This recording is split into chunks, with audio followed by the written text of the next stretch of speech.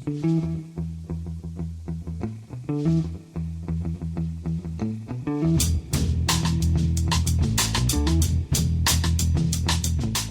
and welcome to The Price of Football, the show that looks at the money behind the beautiful game with me, Kevin Day, and Liverpool University's Kieran Maguire. Kieran, it took 4 attempts, but finally we got to Plymouth, and I think it's worth it in the end, don't you?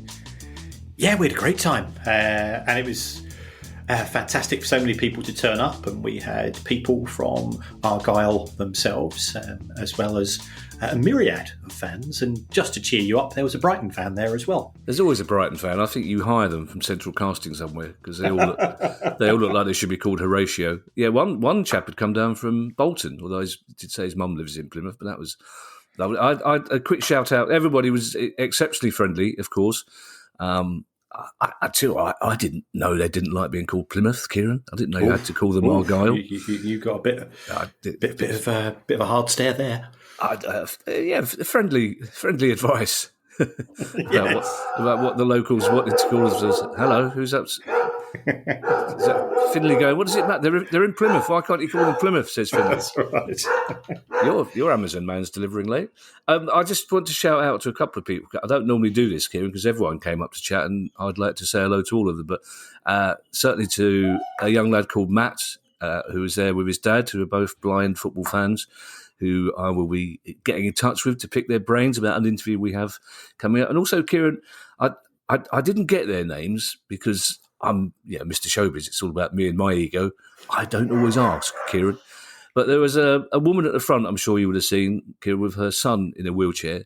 Yes. And she was writing stuff down during the first half of the show. And so I assumed she might have questions to put on our pile for the second half. And I went to ask, and it turns out she said she was making notes, because it turns out she got into football because when her son was younger, she escorted him to games in his wheelchair, and she really got into football.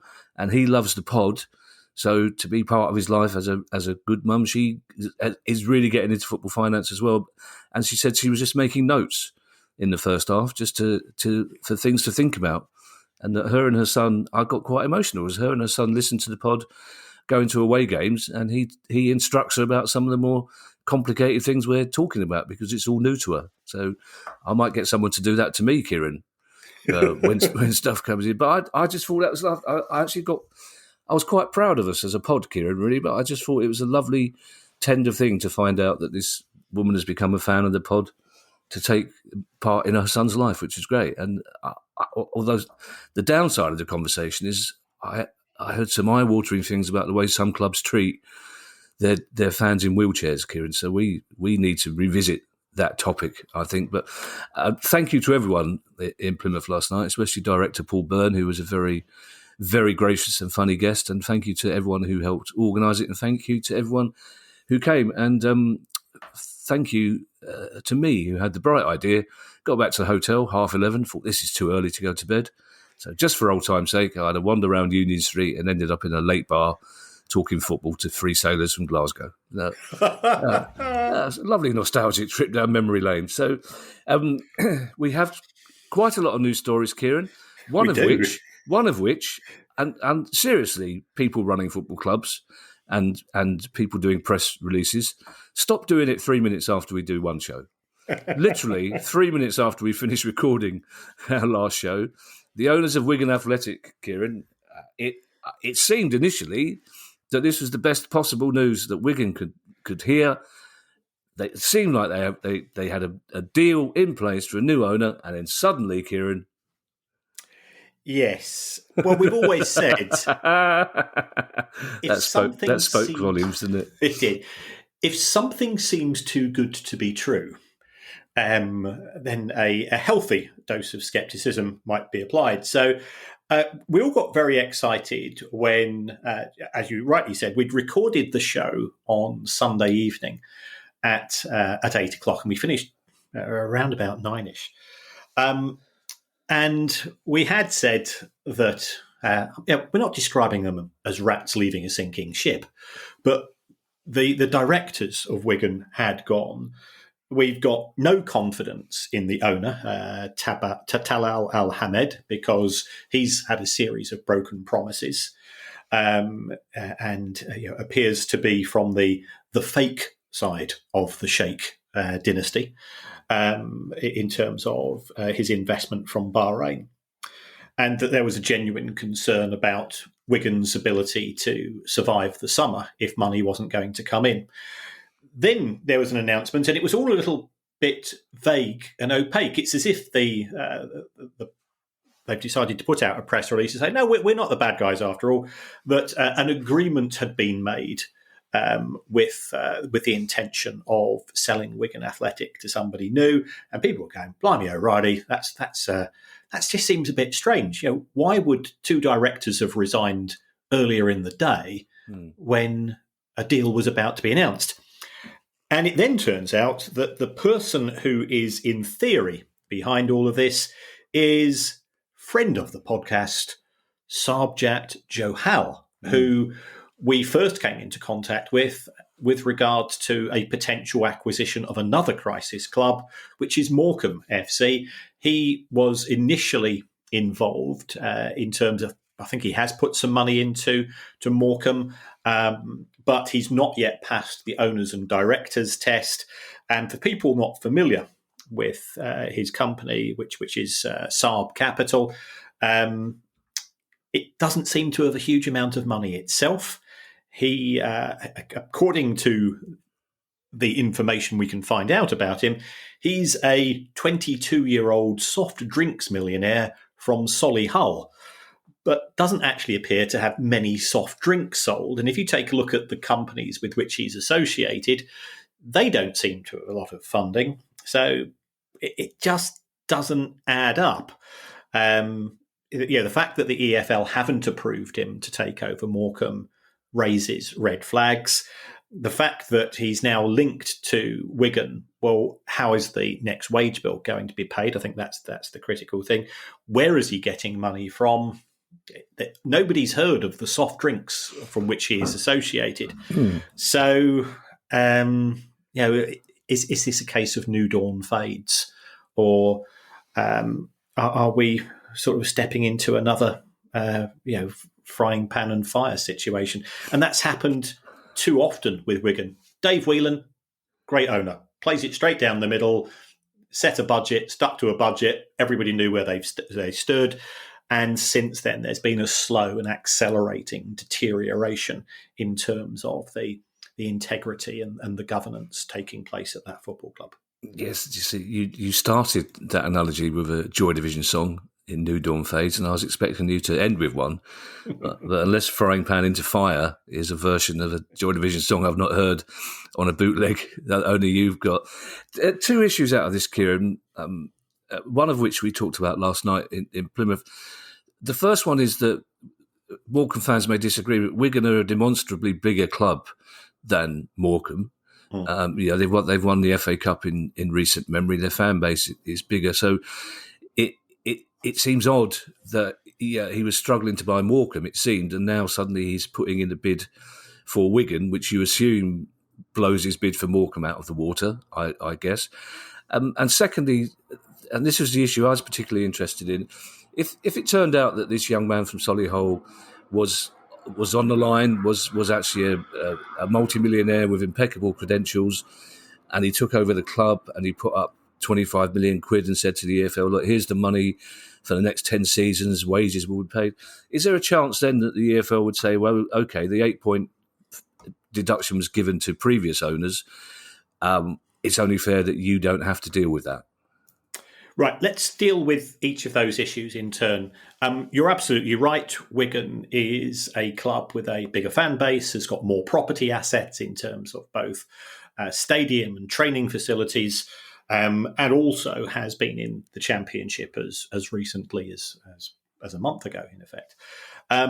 So it has more potential. You'd expect the price to be higher.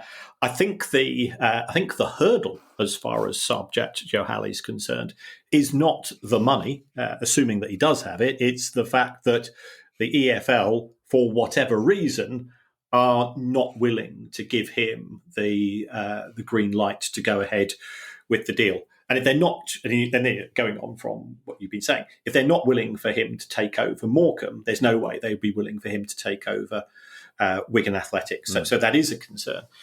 If he, however, can demonstrate that he does have the funds, and you and I, we have discussed offline where we believe his money is coming from. Could that be part of a negotiating chip to reverse the points deduction that Wigan Athletic have had as far as 23-24 is concerned? Remember, they've had 2 points deductions in the season we just had, and they're effectively starting with 2 points deductions for 23-24. I think personally it's a long shot. Right. And the reason for that is that if I was the owner of another club in League One, I'd be saying, well, we've set up a budget on the basis of Wigan starting the season on -8 points.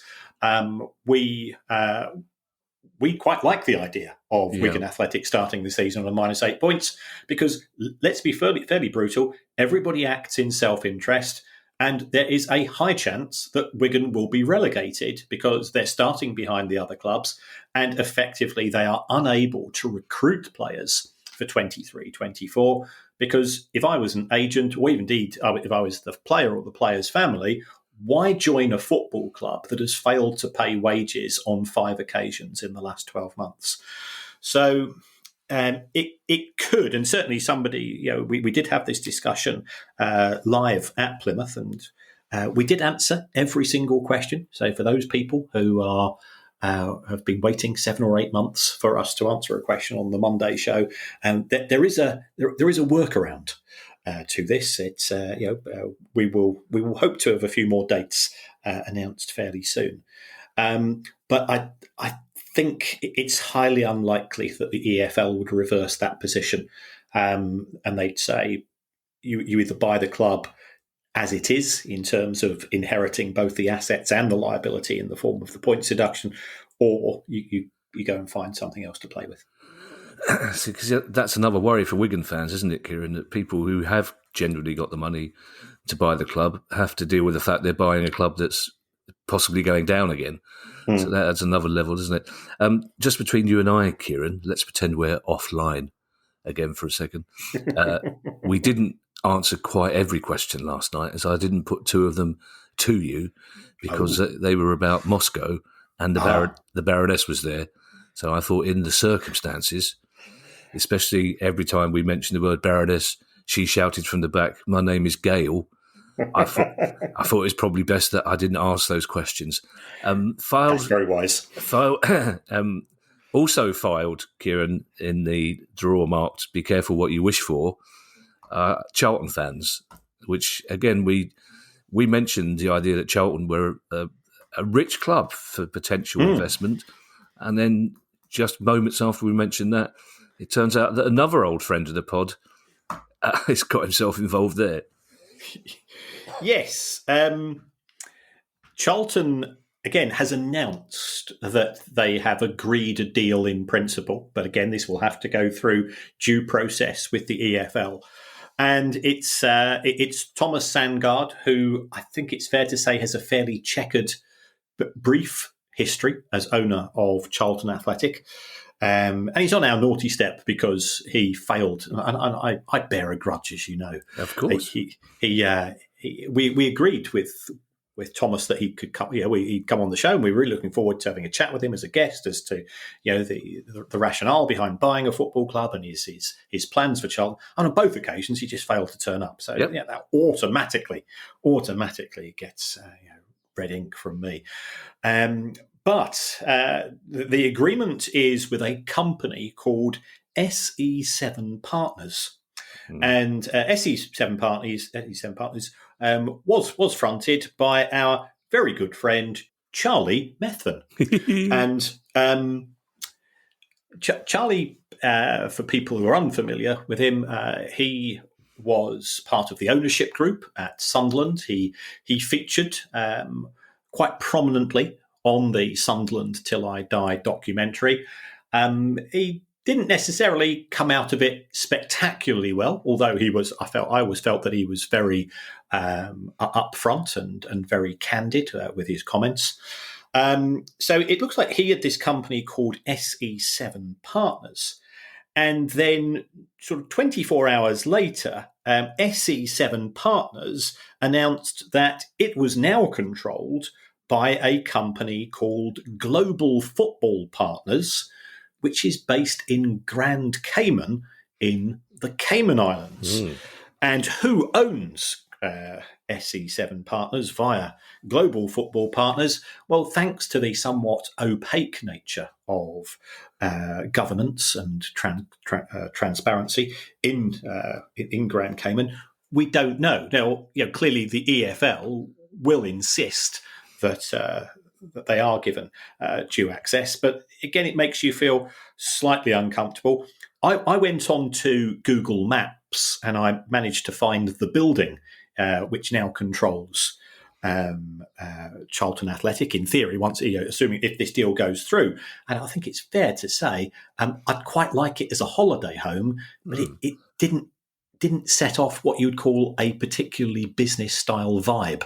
It's right next to the beach, and there was a very pleasant yacht parked there, and I suspect it might be sort of a brass plate address rather than something from which decisions are going to be made. At least, Kieran, it's some consolation for Charlton fans that it's on Grand Cayman. I mean, that indicates it's not on one of the little Caymans, it's on the big one.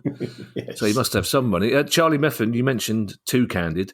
I think that's an understatement somewhat. When you're overheard explaining that most of your fans are too dim to work out the financial strategy of the club that is being bought, I think that goes way beyond candid, Kieran, doesn't it? In a way. Yes. And also Charlie Methven, I feel it's a warning to anyone who takes over at Charlton. Charlton have got some fans there who are forensic in their investigation of the finances of their club owners, and quite rightly so, given what's gone on in the recent past. So you need to make sure that everything is above board, because you will get called out by the fans at Charlton, Kieran, won't you? Yeah. The Charlton dossier, if people ever have got a spare few minutes, is always worth a read. It doesn't hold back, but I think it is scrupulously objective in terms of its interrogation of the backgrounds and the details surrounding a series of owners of the club, and you can perhaps understand why there is so much scepticism amongst the Charlton fan base. Our third story, Kieran, is about another takeover, and this is one that's been coming and going like the tide on a Devon beach, Kieran. Yes, this is Sheffield United. Again, yeah. And yes, and it's an investigation by an organisation called Hindenburg Research into the Tingo Group, which is owned by Dozy Mwobozi. And I think it's fair to say that there's two things that I pick up from the Hindenburg Research. A, they don't seem to like the Tingo Group. There's a number of pretty scathing accusations about assets which don't appear to exist, about the owner claiming to have a degree, but the awarding institution appears to have no record of him. And it sets out a fairly damning assessment of both the company, the group, and its owner. But Hindenburg Research also is active in stock markets, and it makes its money through a method called short selling. And the way that you make money in short selling is that you sell shares which you don't own, and then you buy them back at a lower price. Normally, when you sell shares, you've got 24, perhaps 48 hours before. Yeah, let's say that I agree that I'm going to sell you some cheese today. And I say, I'll drop it round on Friday. And we agree a price. But I don't actually own any cheese. And I agree to sell you cheese at £5 a kilo. I'm hoping that the price of cheese is going to fall. and in the 48 hours before I go round to your house to deliver it, that I'm able to pick up some cheese for £4 a kilo. So I make money by assuming that prices are going to fall. Now, one way of getting prices to fall is to put out fairly damning, very explosive assessments of the company. So what Hindenburg Research appear to have done is to say, we're going to sell some shares in Tingo Group, but we don't actually own them yet. But by the time we come to settle the deal, which is, say, 48 hours, we hope that the share price of Tingo is going to dive. We will pick up the shares at a lower price, and we make the money from this method called short selling. So when I first saw the report, my reaction was, holy moly, this is very, very damning. And now part of me is rowing back because Hindenburg Research has a degree of self-interest for the price of the Tingo Group to fall. Having said that, there are libel laws and slander laws, and that they apply to companies who have their shares traded. So Hindenburg Research, if it has published falsehoods, it is in trouble, and if it hasn't, then Tingo Group doesn't look like a very safe vehicle. And again, they've been connected with the potential purchase of Sheffield United for a long period of time, and the EFL have not yet approved the deal. And there's a reason why the EFL has not approved that deal. So there is cheese involved. I mean, I'm trying to get my head. So you promised me some cheese. Yeah, we agree a price today. Right, and you're going to deliver it on Friday, tomorrow. But in the meantime, you're going to tweet that cheese is rubbish. Yeah. And the hope that people go, yeah, he's right. Cheese is overrated and the price of cheese goes down. That's right. Okay, that's right. All right. So I then pick up the cheese at a lower price and give it to you at the agreed price that we set out today. But I'm still getting cheese. You're still getting cheese. Okay, fine. But you're getting cheese at today's price of £5 a kilo. I don't actually own the cheese yet. I'm hoping that by saying rude things about cheese, I can buy it from £4 a kilo tomorrow and make my money, buy for 4, sell for 5. Gotcha, okay. And I can't decide whether Hindenburg Research into the Tingo Group sounds more like the précis of a Doctor Who episode or a cryptic crossword clue. 3 down, 4 letters. Inter Milan, Kieran, have one of the most iconic kits, shirts, especially in world football, basically, and they will be showing off that kit in the Champions League final, but it will have something different on the front. Yes, Internazionale, as we I guess should call them. They did sign. Kieran, I'll stop you. I had enough trouble with Plymouth fans last night. Really, it's Inter's fine. When we do the live show in Milan, we'll cope with that then. Basically, Argyle fans. Sorry, I said Plymouth fans again, didn't I? Argyle fans. Yes. Inter had a deal with a digital organisation called Digital Bits, and we were bemoaning and mourning the loss of Pirelli on the front of those classic shirts. But there was a slight problem in that Digital Bits didn't actually pay the money that was due to Inter, and therefore Inter cancelled the deal. And for a couple of months now, they've been playing with nothing on the front of their shirts. But they've signed a very, very late deal with Paramount Plus. So it's a two match deal. Their final away match in Serie A against Torino, they wore their away kit, and they will be wearing in the Champions League final against Manchester City with those iconic colours, this Paramount Plus logo on the front of their shirts. Now, there's also talk about Paramount Plus signing a back of shirt deal for season 23-24. So we await that. We don't yet have back of shirt sponsors in the Premier League. But whether that will manifest itself, because we know that the Premier League has agreed to say that it's not going to have any front of shirt gambling sponsors, but it will have sleeve sponsors who are gambling. Mm-hmm. So I'm thinking, well, that's leaving the back of the shirt, which doesn't appear to have been mentioned yet by the Premier League. So is this the way that things are going to go in the future? Yeah, we're going to end up like France, Kieran, where every bit of the kit has got a sponsor's name on it. Do we know how much Paramount Plus have paid for this 2-shirt deal? No, it's all, I think, been a bit rushed, and none of the journalists have managed to get numbers, but Inter did get stung quite severely. I think their deal for the season with Digital Bits was worth in the region of 30 to 35 million euro. So for a couple, they might have got a couple of million euro, given that we're not going to say the eyes of the world, because I think that's an arrogant European thing to do. But the Champions League final on Saturday is going to attract a huge audience.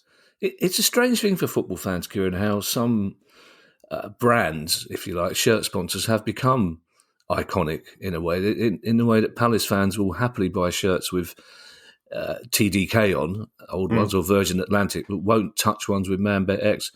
And like you say, that Pirelli, I would much prefer shirts to have nothing on the front, but yeah, you're quite right. It seems like an international shirt should have that. And as we talked again last night, the Ginsters' relationship with Plymouth has become kind of iconic as well, although it's a local Plymouth foundation that's on the front of the shirt at the moment, but it's sponsored. That itself is sponsored by Ginsters. So some brand relations with clubs work much better in fans' eyes than others, don't they? And presumably that's the holy grail for somebody who's looking to sell the front of their shirt, isn't it? That's right. You're looking for something symbolic. You're looking for. It's a bit like when a verb, when a brand becomes a verb. So we talk about hoovering, we talk about Googling, and every time we use that language, we're actually giving away a brand name which has become so embedded into modern thinking that it is used as a means of a whole industry. So yeah, you can absolutely understand it. And let's face it, Italian kits do look cool, especially on Italian people. In my view, it's not quite the same for when you see them down at Eastbourne Beach, worn on blokes from North London who have also got rolled up handkerchiefs on their head. When's this happening, Kieran? The 50s? What's happening here? You've not been to Eastbourne recently. Eastbourne is the 50s. Yeah, no, fair point. It's just a very pleasing time travel image of an elderly English chap with a handkerchief on his head and his trousers rolled up, and a brand new Inter Milan shirt with Paramount Plus written on the front.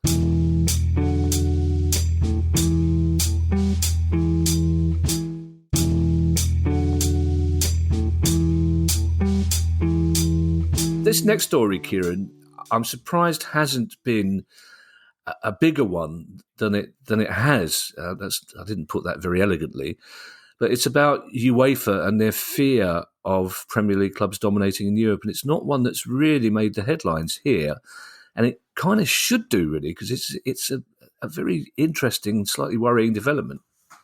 Yes, this story was broken by Martin Ziegler in the Times a few days ago. Other clubs in Europe are very jealous of the Premier League because the Premier League has done some things spectacularly right. They've made some very, very smart decisions. And one of the smartest decisions that's ever been made is to go into the international broadcast markets and to say, hi, we're the Premier League, we're the new kids on the block. This was happening in 1992. We've got this new product. We've got live TV taking place over, I remember when it started, it was sort of 2-3 days spread over the weekend. Do you fancy trying it? And I tell you what, we're so confident in it, we're going to give it to you for nothing. And the subscription channels in Thailand, in Nigeria, in Australia, and so on, they said, yeah, this is fantastic. We'll have some of that. And the Premier League noticed the level of interest from viewers. So when those deals came up for renewal in 3 or 4 years' time, they said, "Yeah, we're willing to renew that contract, but this time we want some money. And if you don't pay us what we want, we're going to go to your competitors, who are more than happy to give us what we think the deal is worth." And that is why we are now in the position, for the first time in history, that the Premier League's international TV rights exceed the value of the domestic rights. In Germany, they're probably making around about 10 to 15% of what the Premier League make from international rights. Premier League goes to 187 different countries. And this has given the Premier League this competitive advantage in terms of the money coming in.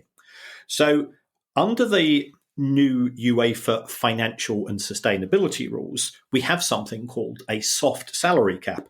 And the soft salary cap works as wages are capped as a proportion of income. Now, there's agents' fees and net transfer spend and various other bits and pieces that go into it. But the best way to think of it is you're allowed to spend initially 90, then 80, then 70% of your income on player wages. The problem with such an approach is that it preserves the gaps in football.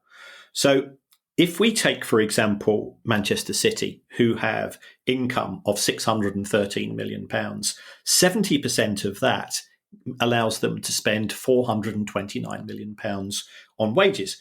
If we take Palace's income last season, 160 million, so therefore they can only pay wages of 112 million. So Manchester City have effectively, because they've got close on 4 times the amount of income, they've effectively got 4 times the amount that they can invest in wages. Let's say that a billionaire comes into Palace and says, "I want to put a huge amount of money into the club. I want Palace to become the new Newcastle."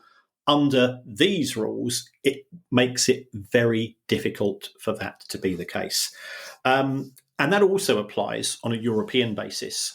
And we've already seen, we've been talking about one team in Milan. Well, Bournemouth outbid AC Milan earlier in this season for a player, because Bournemouth are part of the Premier League.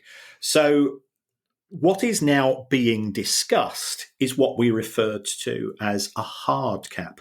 And a hard cap simply works as this: you cannot spend more than, let's say, £200 million a year on wages. Right. And that applies across the whole of Europe. And that means that those clubs at the elite end of the Premier League, they would have to plan to reduce their wage bills. That would mean that it will be more competitive for the clubs in the other big 4 leagues in Europe, and potentially some of the clubs in other countries as well. Otherwise, the fear is that the Premier League will be dominant in Europe, although we've seen a resurgence of Italian football this year as far as UEFA competitions are concerned. Real Madrid have won the Champions League, as it was 5 times in the last decade. I don't think the scare stories are as bad or as they're made out to be, but there is a fear and a concern within Europe and within UEFA, and this is one way of addressing it. This is what happens in US franchise sports. So if we go to the NFL, the cap's £181 million a year, and if you exceed it, you get penalised pretty heavily. And this stops clubs winning or in their case, franchise. It stops them winning competitions year in, year out, which isn't necessarily great for those of us that want a bit of variety in trophy winners. What do you think the response of Premier League clubs would be to a hard cap, Kieran? Or is there any way they could respond all the while they remain in UEFA? Well, there is something called the European Club Association, which does have, I think it has around about 200 members. But interestingly, only a small number of its members can actually vote on decisions. So I think there could be some resistance from the European Club Association if this is imposed by UEFA.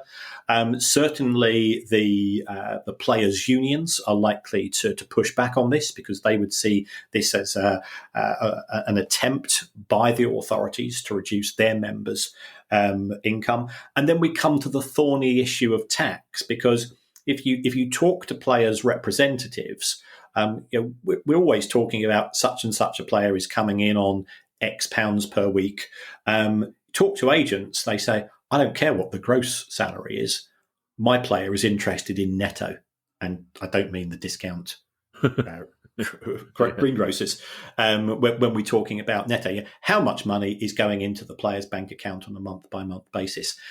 The trouble is, in the UK, we've got a higher rate of tax of 45%, and then you've got national insurance issues on top. You go to Germany, you've got a different tax rate. You go to Luxembourg, you go to the Republic of Ireland, and because you've got 55 member countries in UEFA, you've got 55 different tax regimes and potentially 55 different tax rates. And in fact, even if you go to somewhere like Switzerland, the different cantons within Switzerland, they have individual tax rates, and it all gets very messy and very complicated.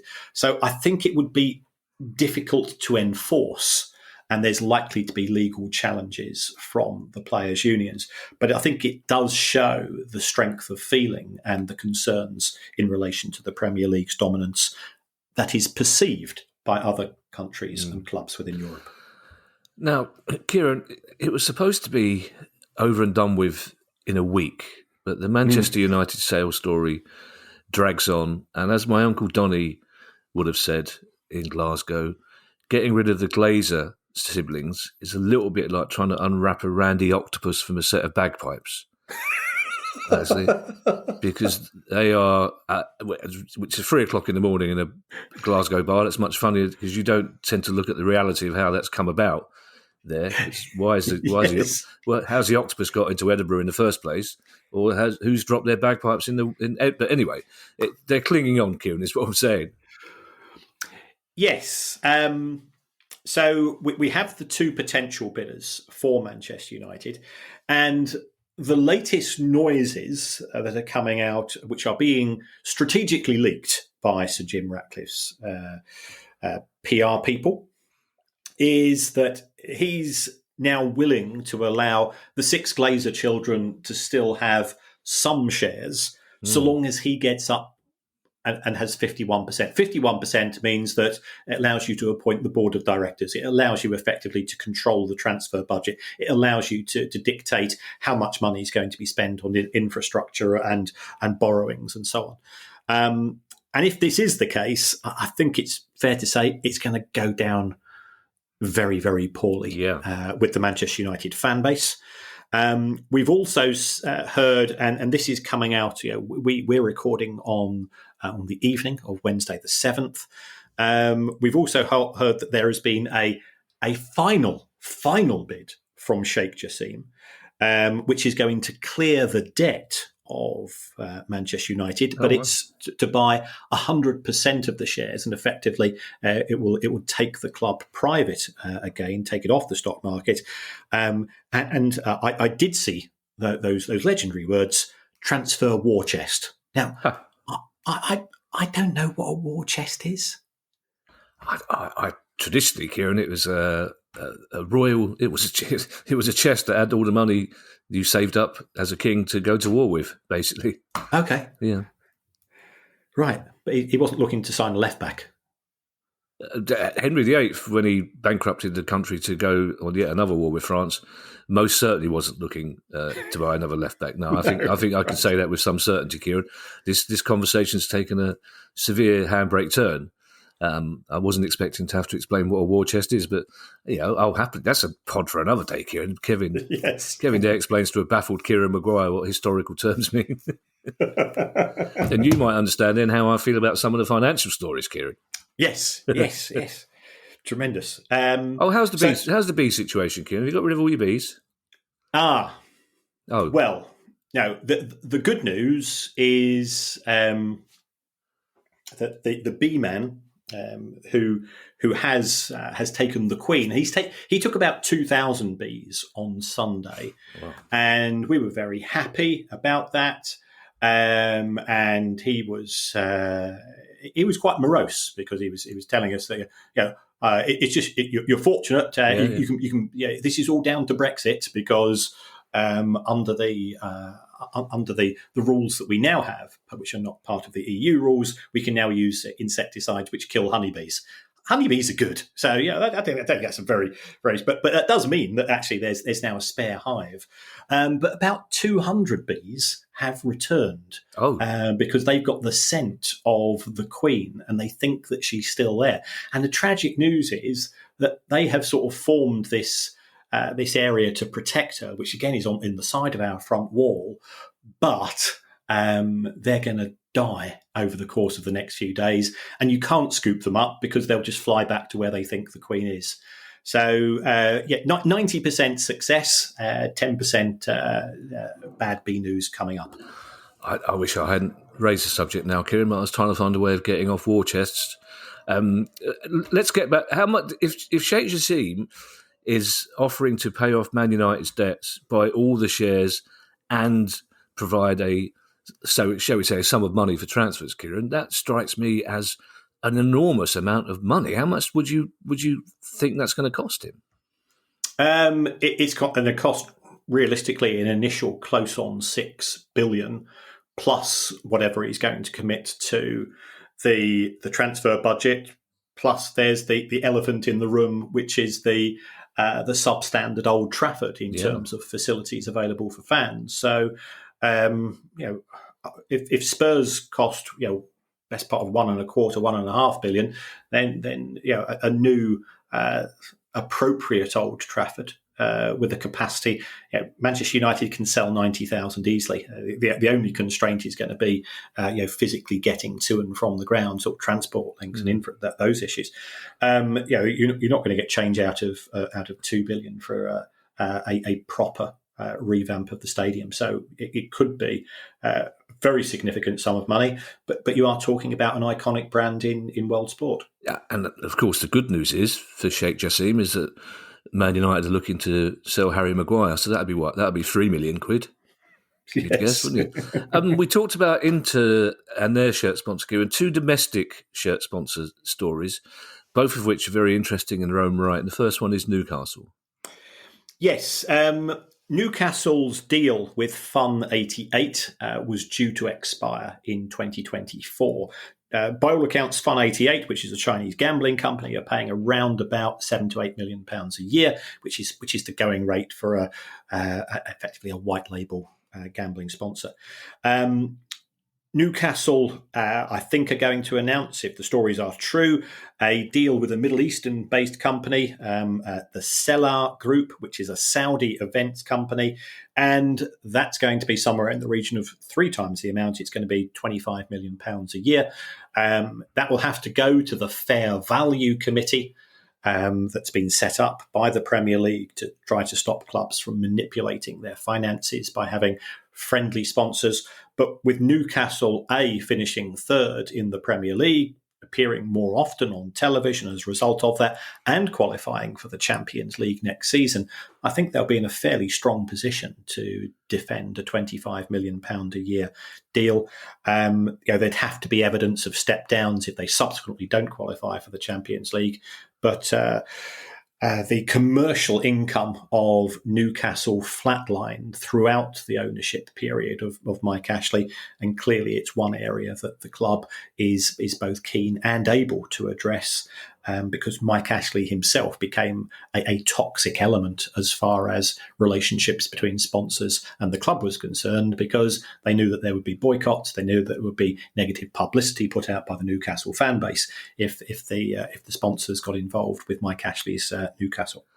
It's been quite a handy week, Kieran, for people like Amnesty International and other opponents of the Saudi regime who are accusing them of sports washing on a huge scale, with Saudi not only buying the Saudi government, not only buying the top 4 clubs in the country, but essentially buying golf as well.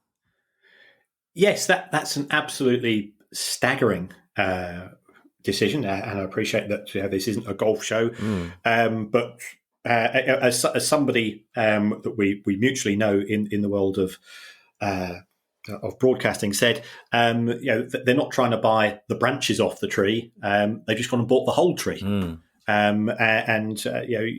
had these two competing bodies, Yeah, that's very weird. And as for PIF buying for football clubs in Saudi Arabia, well, clearly they've got the funds to do so. So the financial perspective is not an issue, but that does raise the thorny concern of, well, how competitive is the game going to be? Because if I own 4 football clubs in the same league, and I think there's only 12 teams in the league anyway, there is the opportunity to perhaps reduce competitive tensions in certain matches. But if you're trying to get into, for example, the FIFA World Club Championship, and you need to finish in the top 2 in Saudi to go into the playoffs for the MENA area, then those results can be arranged by a little bit of soft pressure from the owner. So it looks uncomfortable. The ability of these clubs to recruit players and pay them transformative amounts of money for young men that are already rich. I think Kante, who is one of the players I think it's difficult not to love. He's going to be paid $100 million a year if he accepts the contract, and you can't really say to the players, well, you shouldn't take it, because it's perfectly legal to do so, and it's an incredible amount of money, and the chances are there won't be very much tax paid on that either. Well, it's all very reminiscent, Kieran. Back in the early 90s, when BSB and Sky were in a battle to see who would become the dominant satellite station, both of them were offering stupid amounts of money to mid-level comedians to do mid-level comedian stuff, and they were 2 of the best years we had. And not that long ago, we had China becoming the logical place for 29, 30-year-old European footballers to go. And now we're seeing, credible rumours that Wilf Zaha has been offered £275,000 a week to go and play out there. It's obviously sustainable financially wise, but it does remind you of those heady days of China offering everybody in the world more money than they'd ever seen, isn't it? Yes, and we've seen it in cricket with the IPL. Yeah, indeed. The potential death of one-day cricket in this country on the back of that. You can expect to see it potentially in other sports. And you and I are also old enough to remember Kerry Packer. Indeed. And pajama cricket, and the reaction of the establishment when that took place, where somebody came along and cricketers were very poorly paid. It was a doff your cap type of existence, but the money they were on was ridiculously low, and along comes somebody and disrupts the whole market.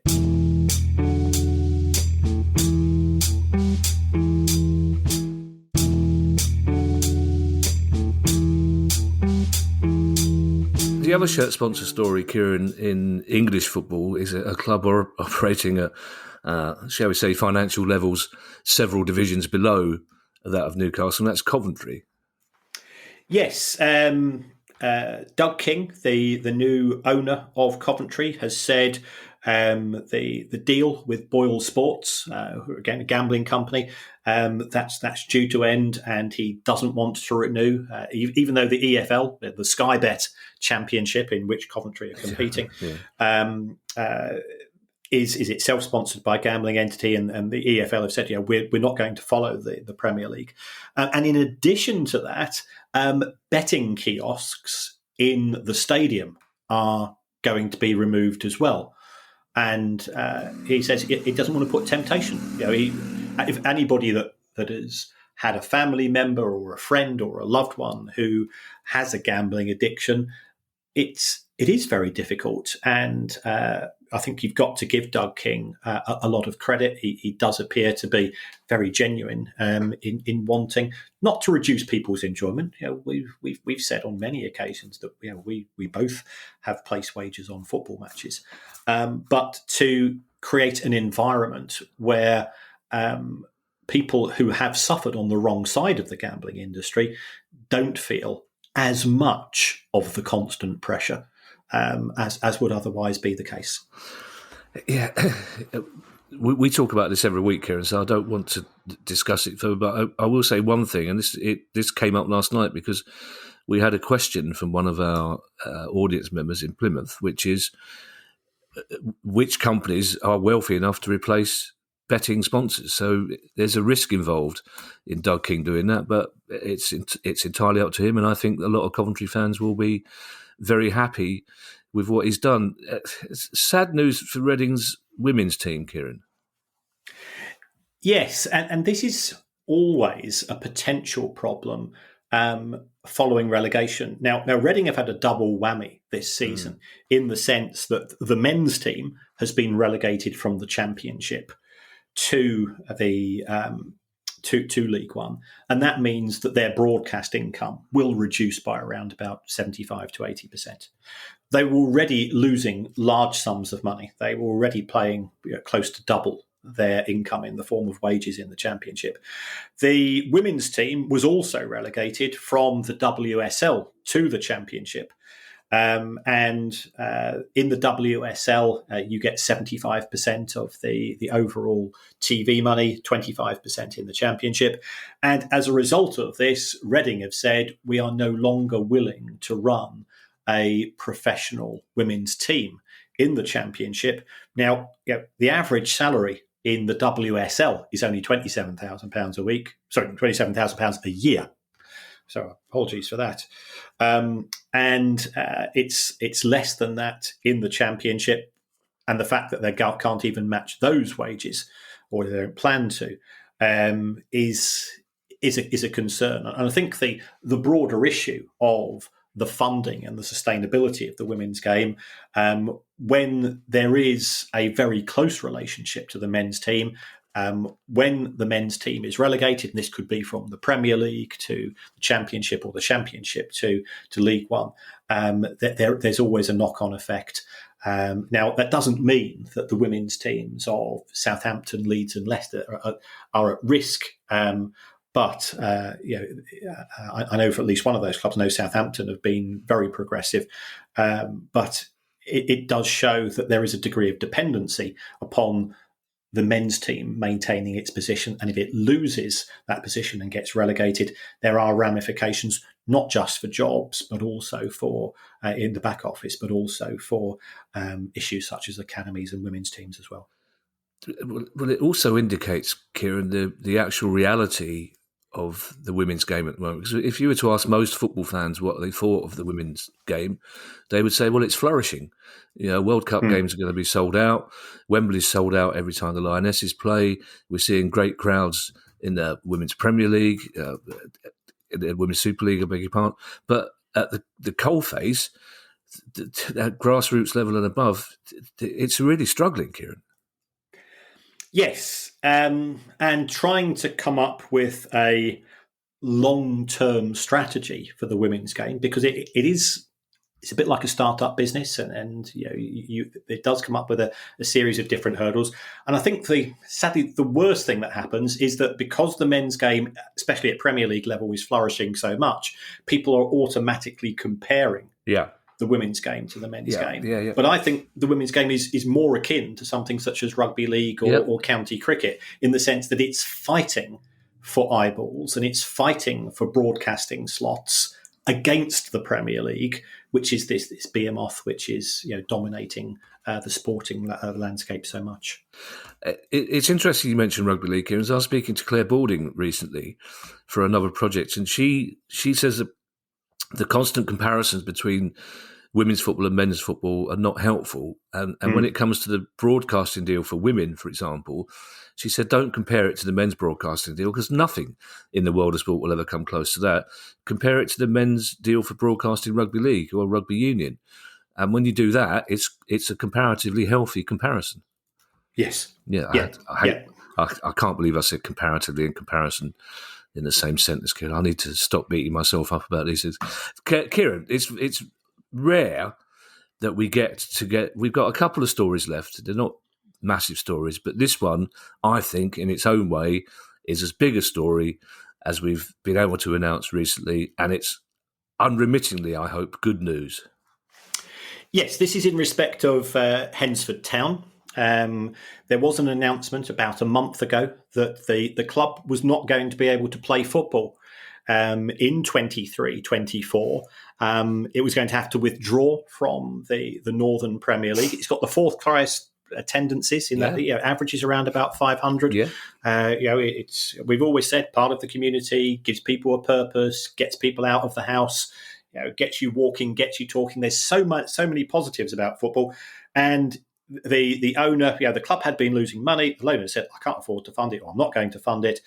But, and there were directors' loans outstanding of around about £2 million looking at the accounts. Somebody has come forward. I think he is the former vice chairman. To be fair, he said, I have made mistakes. I think he's had perhaps a prickly relationship with some of the fans historically. But let's put that all to one side. Let's work for the common good. It's good news. Look forward to them ideally competing in that league next year, and hope they go from strength to strength. Yeah, and if the deal is done, it would be lovely to talk to somebody from Hednesford Town as well. Kieran, I rarely say this to you, but I've got a bone to pick with you, Kieran. Oh, I really. In times gone by, you've said to me that Palace are probably worth about 250, 260 million quid. So that's what I tell.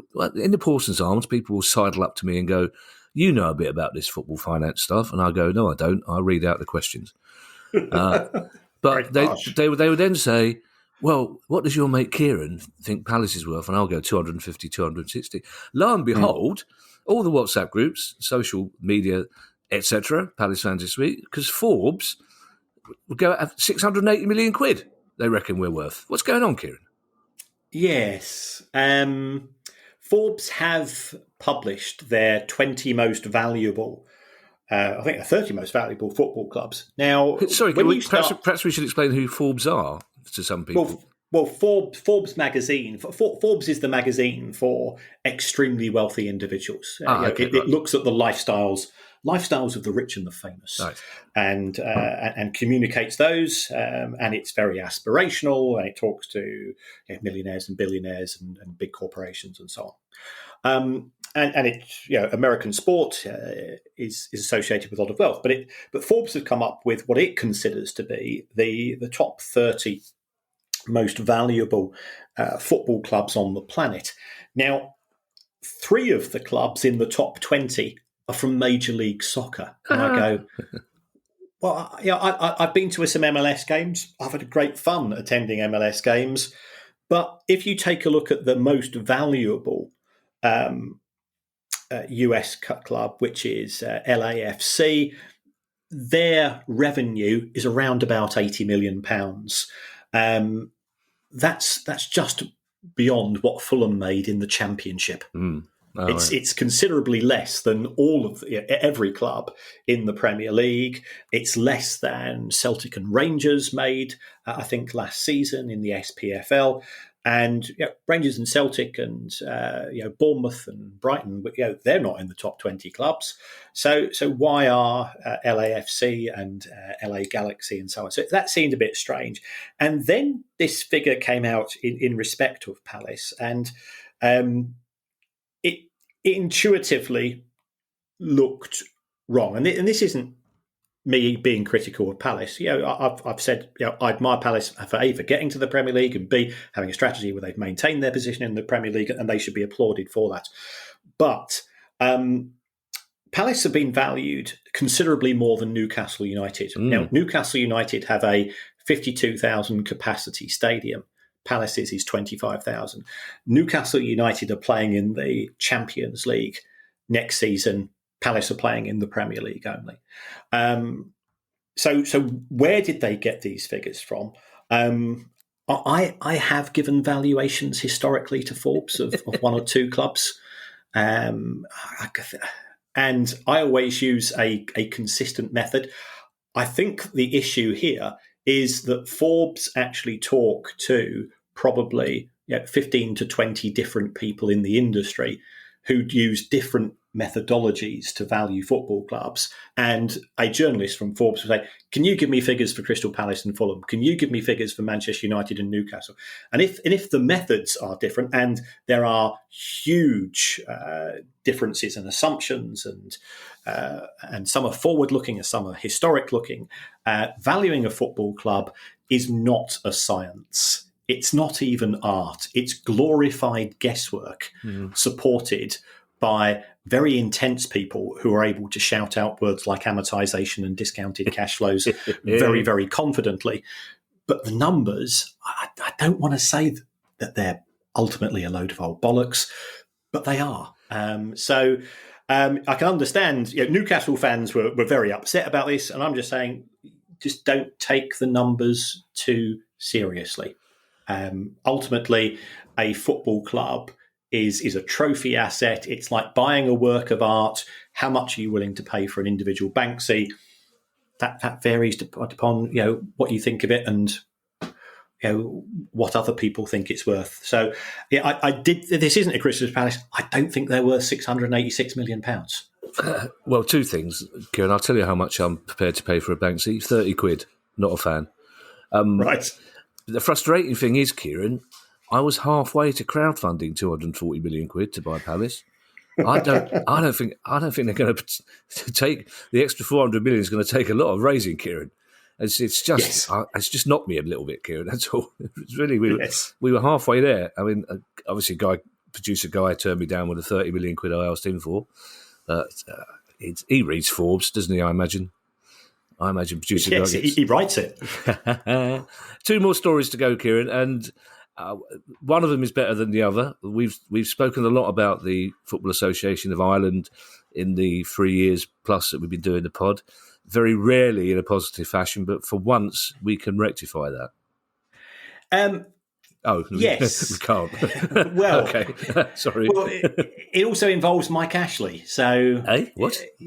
Okay. Yes, the FAI borrowed money from Sports Direct, from Mike Ashley's Sports Direct, and it was around about €6.5 million. I think it's fair to say that the FAI were not run on a particularly sustainable basis by John Delaney. And I've always said, read the book Champagne Football if you want to find out a bit more about Mr. Delaney. He's quite a sensitive soul, so the fact that this book managed to get through the lawyers was an achievement in itself. But there was a substantial amount due. Sports Direct, when a deal collapsed, demanded all of its money back. The FAI then said, we're going to be paying back at €100,000 a month. And it has been doing so. But it looks as if now there's a new agreement between Sports Direct and the FAI, which means effectively they won't have to be doing any repayments, and Sports Direct are making a contribution towards Irish football. But until you see the small print, I'm always very, very cautious. Mike Ashley is a very, very smart businessman, regardless of what you might think of him in some other aspects of his life. But he is very good at getting very, very good deals for himself. With hindsight, Kieran, perhaps we should have finished with the Hednesford story, because I don't like finishing on a downbeat note. But for Partick Thistle fans, it is very much a downbeat note. Yes. We've had the Jags Foundation on the show. There clearly was a poor relationship between the board and the fan base.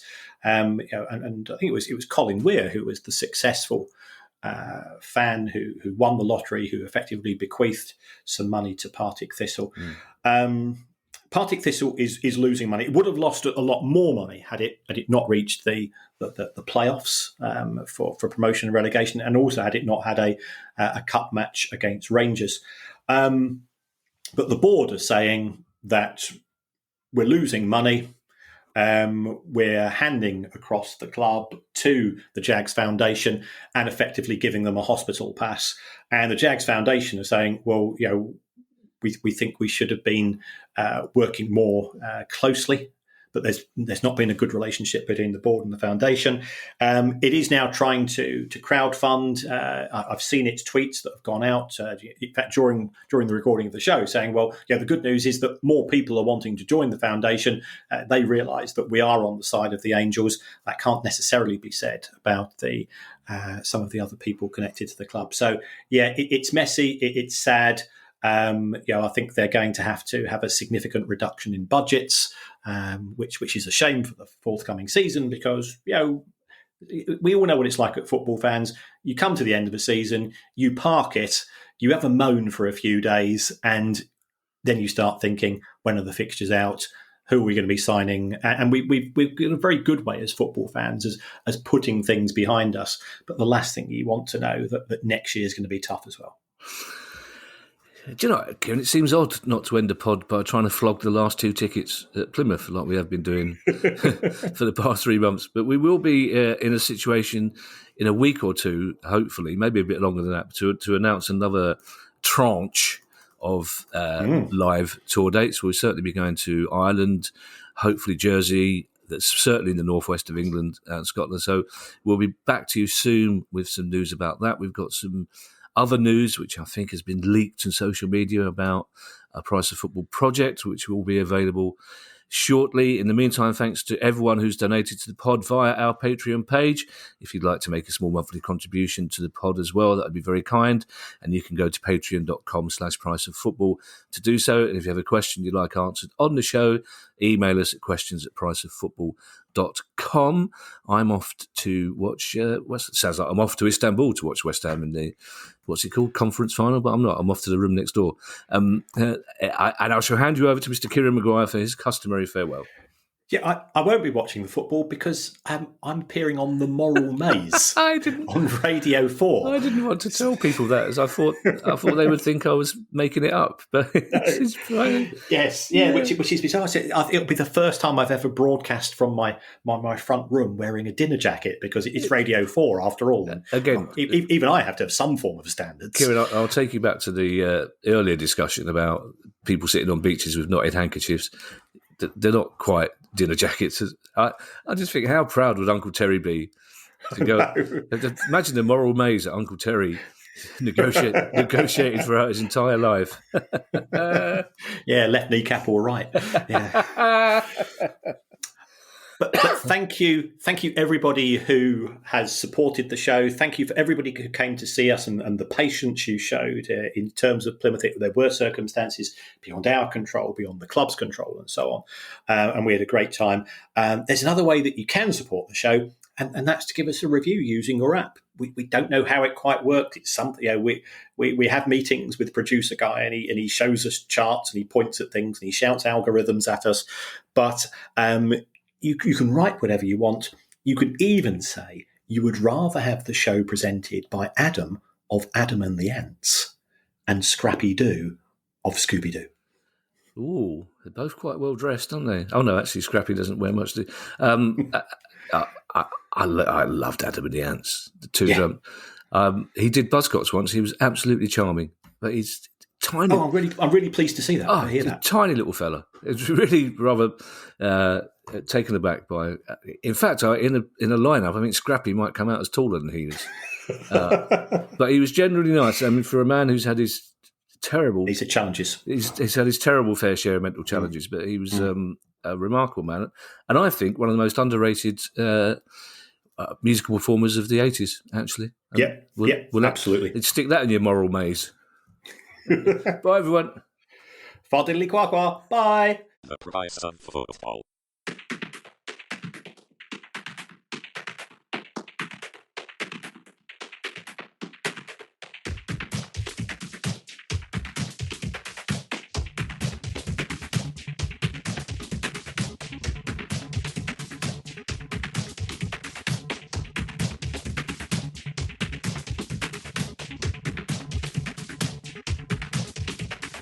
The Price of Football.